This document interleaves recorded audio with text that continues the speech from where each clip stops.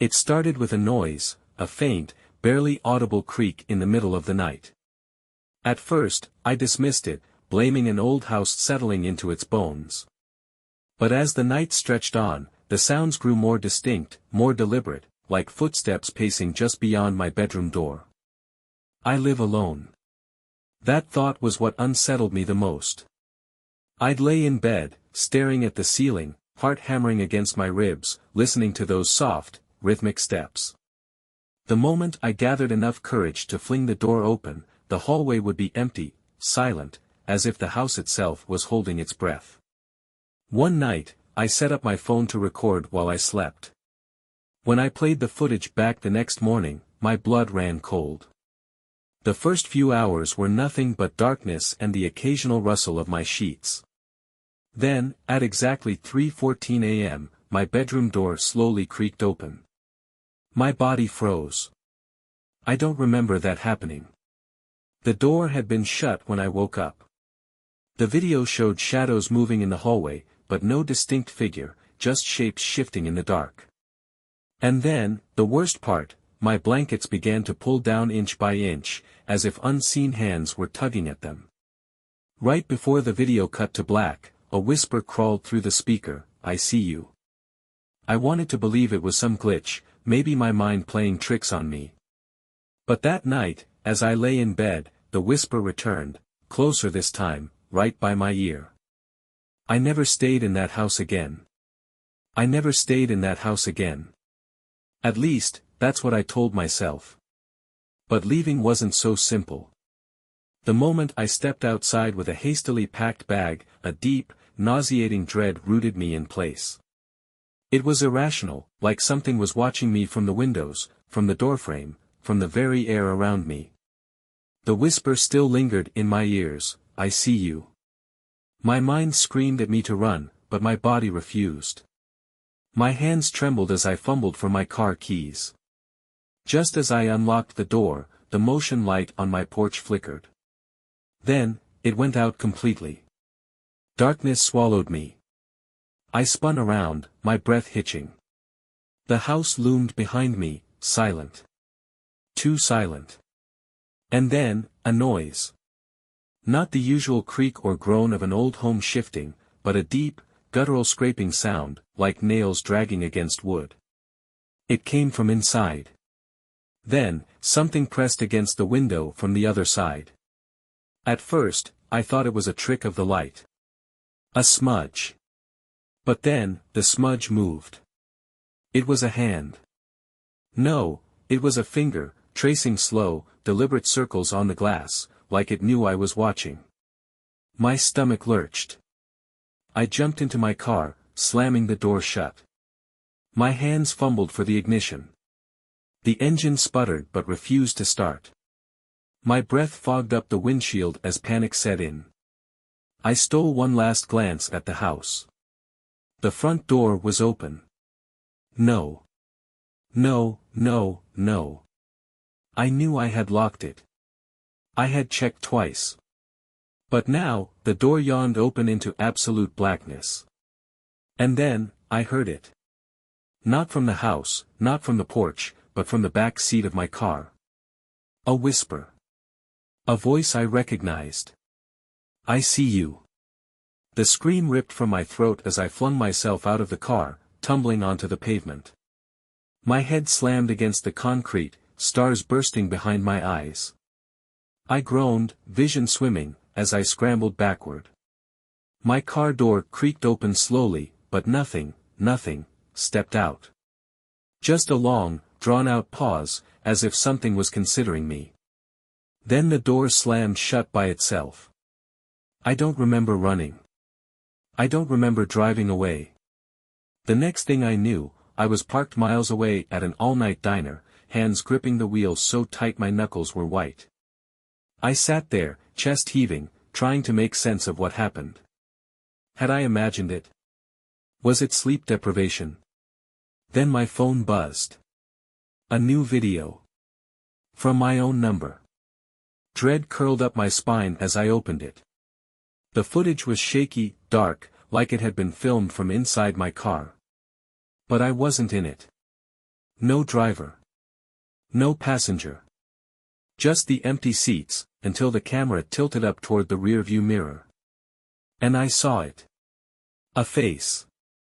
Hollow eyes. A grin too wide, stretching beyond what was humanly possible. It sat in my back seat, watching, waiting. And then the whisper came again, through the speakers of my phone. I see you. The video cut to black. I threw my phone across the diner booth, my pulse thundering.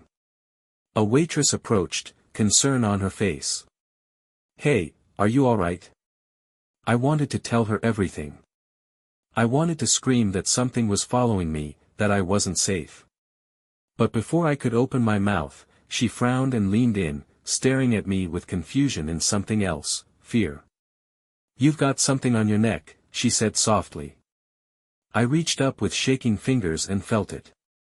A smear. Cold. Sticky. I pulled my hand away and stared. It was a fingerprint. A single, blackened print burned into my skin. And then, just as I realized I wasn't alone, just as the light above me flickered, my phone buzzed again. One new message. A photo. Of me. Taken from behind. The diner was nearly empty, save for an older couple in the corner and a man hunched over his coffee at the counter. The waitress noticed my distress, her brow furrowing. You look like you've seen a ghost. I swallowed hard. I think I have. She gave me a wary glance but said nothing. I reached for my phone with trembling fingers and opened the message thread. Another text popped up. You can't run. My breath hitched. I turned my phone over, not wanting to see what would come next. But before I could react, the bell above the diner door jingled. A man walked in. He was tall, gaunt, and oddly familiar. His hollow eyes scanned the room, then landed on me. A slow smile stretched across his face. My blood ran cold. The waitress noticed my reaction. You know him? I shook my head, unable to speak. But deep down, I knew the truth.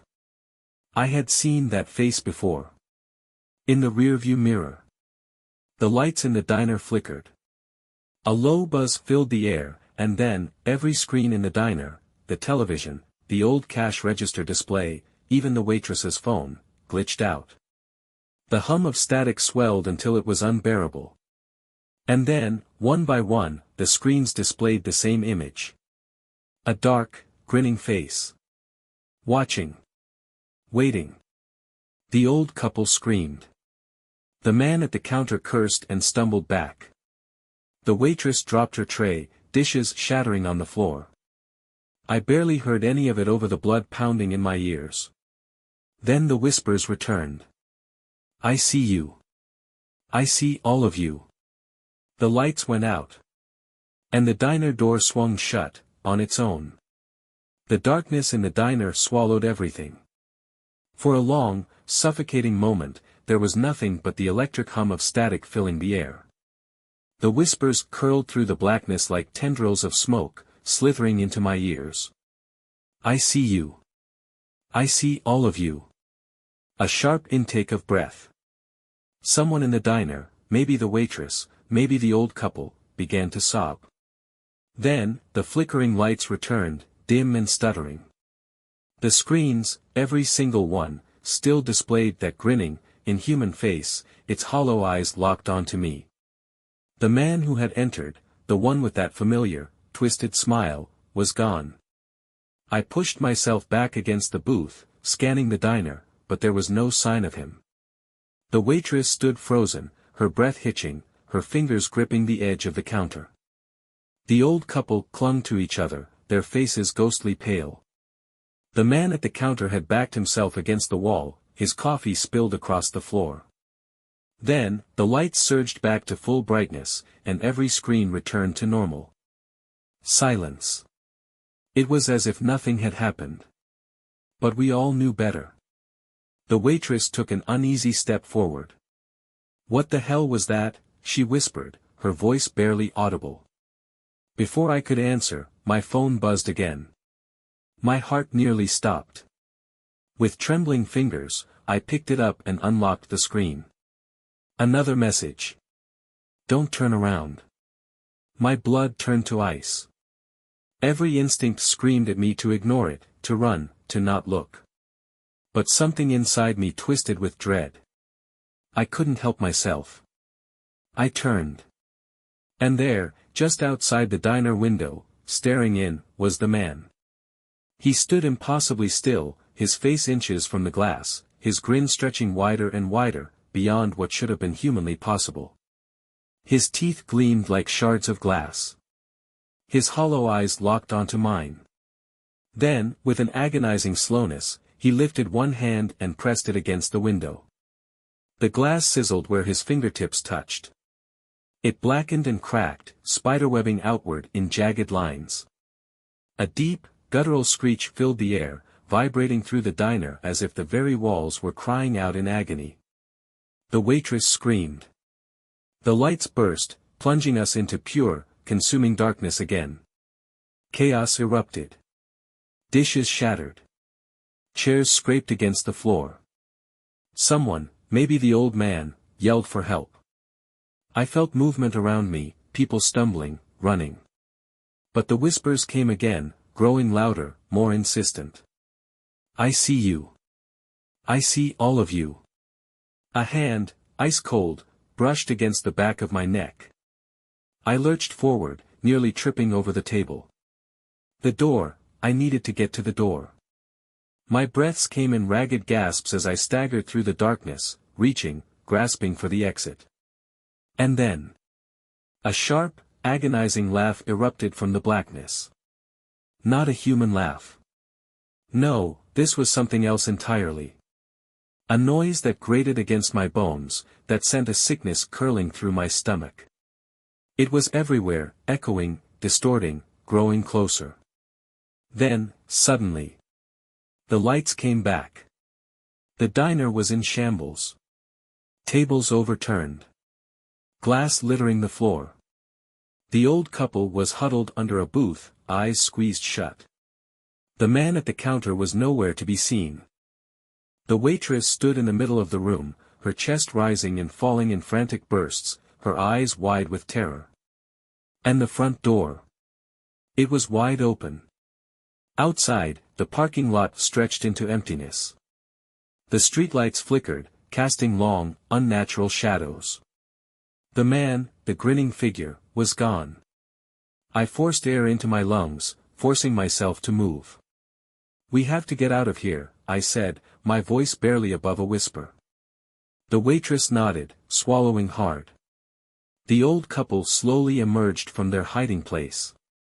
But the moment we stepped toward the door, my phone buzzed again. Another video. With a shaking hand, I opened it. The footage was grainy, dark, taken from an angle just behind me. It showed me sitting in the booth, staring at my phone, just moments ago. And then, in the video, behind me, something began to emerge from the shadows. A shape. A figure. Crawling out of the darkness, its limbs too long, its mouth stretched into a grotesque grin. And then, the last frame. It was right behind me. My breath caught in my throat. I whipped around, heart pounding. Nothing. Just the empty diner, the wreckage, the open door. The waitress's voice wavered. What did you just see? I didn't answer. I couldn't. Because at that moment, my phone buzzed again. One final message. You brought it with you. I barely had time to react before the streetlights outside burst, plunging everything into darkness once more. And then the whisper came again, right behind my ear. I see you. And this time, you won't leave. A force yanked me backward. I screamed, arms flailing, but it was useless. The darkness wrapped around me, pulling me into nothingness. I heard the waitress shriek, the old couple crying out. The world twisted, reality unraveling, and I fell into a void of endless whispering voices. Then, silence. The diner was empty. No overturned tables. No shattered glass. No people. Only the faint static on the radio and the dim glow of the screens, where a single image remained. My own reflection, staring back at me. But behind me, in the screen's warped glow, the grinning man loomed.